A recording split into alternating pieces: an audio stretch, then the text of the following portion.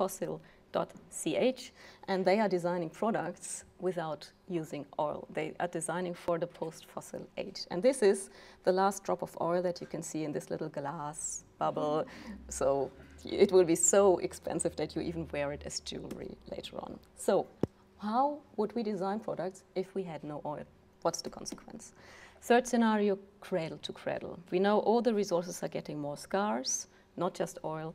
We know that we are actually stupid by throwing away resources which can otherwise be used for really valuable purposes. So what we need to do, we need to create a cyclic economy. We need to reuse all the things that we put into the economic system, and we need to do that in a very intelligent way. So create cycles. If you want to do that, forget about the toxic substances, eliminate them from your products, because otherwise they will always come back to you, so we don't want that. In a cyclic economy, and of course you need to think about new materials which really work as cradle-to-cradle materials, like for instance bioplastics and things like that. Okay. Then, of course, it's about designing products still. We will always need new products, so we will always design products. And then there are a lot of tools and a lot of information and a lot of guidelines that you can use as designers, as engineers, as architects to design better products. A lot is out there. We don't even need to develop anything new, we just need to apply it. And so these kind of books and guidelines, like the ISO 14062, they give you a good guidance about how to do it. And I cannot dive into that too much. We can discuss it later on in the workshop. There are several principles that we should apply in design for sustainability or eco-design. Like, for instance, we really think always about the whole life cycle of the product. Where does it come from? What do we do with it? Where does it end? And we really try to make it as cyclic as possible and things like that. A lot of methodologies and tools. You just need to know them. You need to know how to use them, and you need to apply them. And of course, there are a lot of nice examples, like this fridge I have designed already back in 1992. And it's a kind of eco-fridge, a mix between storage room and fridge. It's built into the kitchen, and it uses in winter the cold outside air for cooling, so it's very efficient. In summer, it uses a little solar panel, and it's lasting for very long. It can be insulated much better. So it's like a factor 4 better than most of the fridges that you have at the moment. Or cradle-to-cradle projects like this is a packaging for fries, and the packaging is made out of potatoes, so at the end you can eat it even when you add the fries, or you can at least feed it to the pigs or whatever. Or energy products, where you can see, okay, how can we use wind energy in this case to give light? So this is like a little wind turbine in the public space. It creates energy during the day, and in the night it gives you light. Or you can reuse materials, like this is a student project from Eindhoven where I have a teaching post, and they reused polystyrene cups, and they have this so-called memory effect, you know, when you heat them up they go back to their original form, and then you can use that. All sorts of different ideas. But what is missing is the social side. Because now I was talking about eco-design, environmental aspects, but of course sustainability includes the social side, and we need to add that to the design as well. So what we need to understand is, okay, where are we with our design projects? Are we more focusing on the environment? Are we more focusing on social? Do we try to do that all together? Is it designed for recycling? Is it BOP? Do you know what BOP is? BOP projects?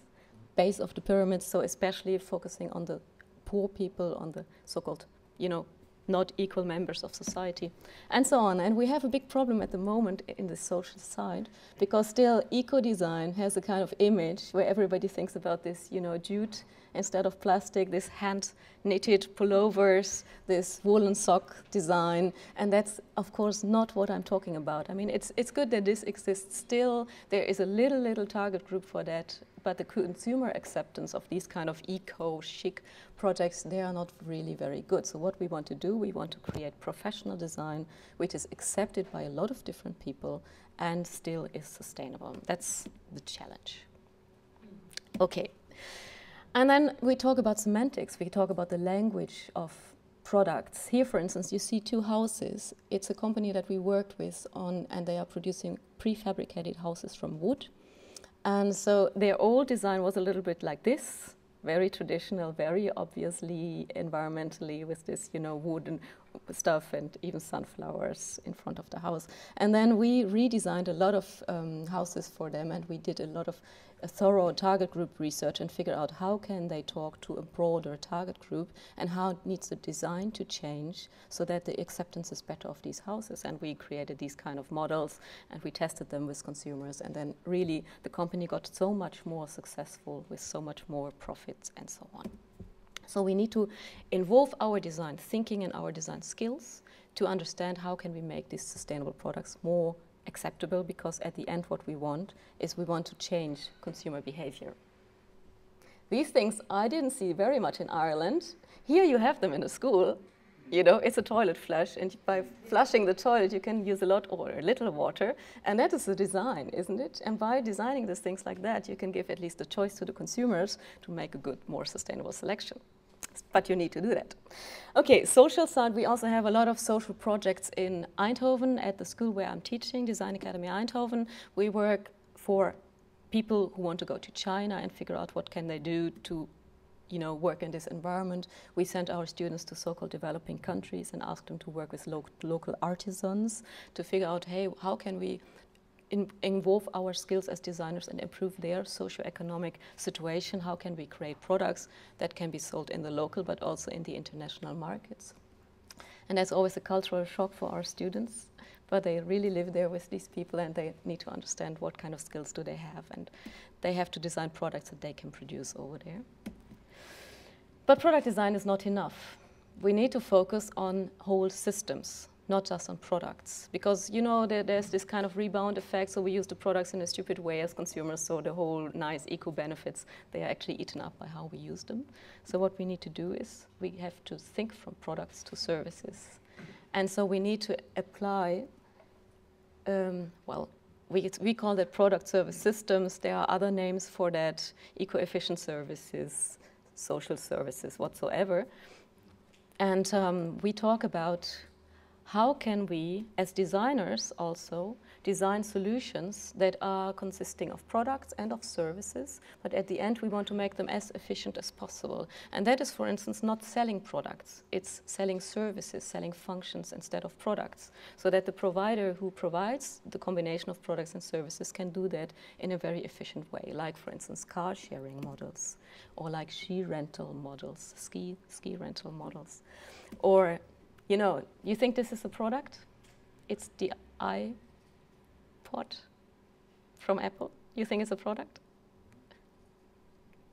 No, it's not a product. It's a product service system, because only when you have the service of downloading the music and the internet and exchanging the music and so on, it becomes a nice service. And if Apple would not be, you know, let me put it carefully, a little bit ignorant, they would have designed this whole service in a much more eco-efficient way, and they would also improve the product, which they do now after they got a lot of, you know, bad critiques in public.